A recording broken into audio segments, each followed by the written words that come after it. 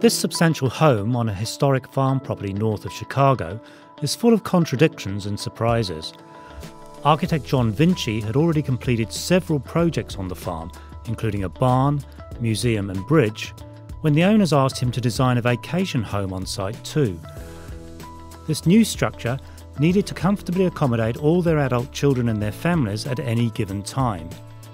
The site overlooks fields and waterways, which suggested a glass-walled building to make the most of the views. But a modernist design would have been at odds with the rustic farm buildings on the other side of the site. Vinci's solution was a dual approach to the building. His steep hip roofs and white stucco siding echo the look of classic farm buildings in the area.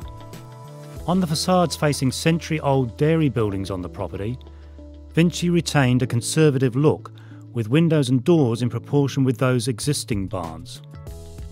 But it's a different story on the opposite facade. Here, Vinci has essentially created a modern glass facade to overlook the rural views.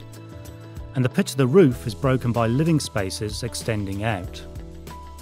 The 4-storey observation tower is another structure reminiscent of similar older versions on 2 nearby barns. However, the new tower is also given a twist, with the wraparound windows breaking away from the traditional form. Entry to the house takes you directly into the double-height central living area. This has a dramatically high ceiling that follows the steep pitch of the roof and is supported by exposed, painted steel beams.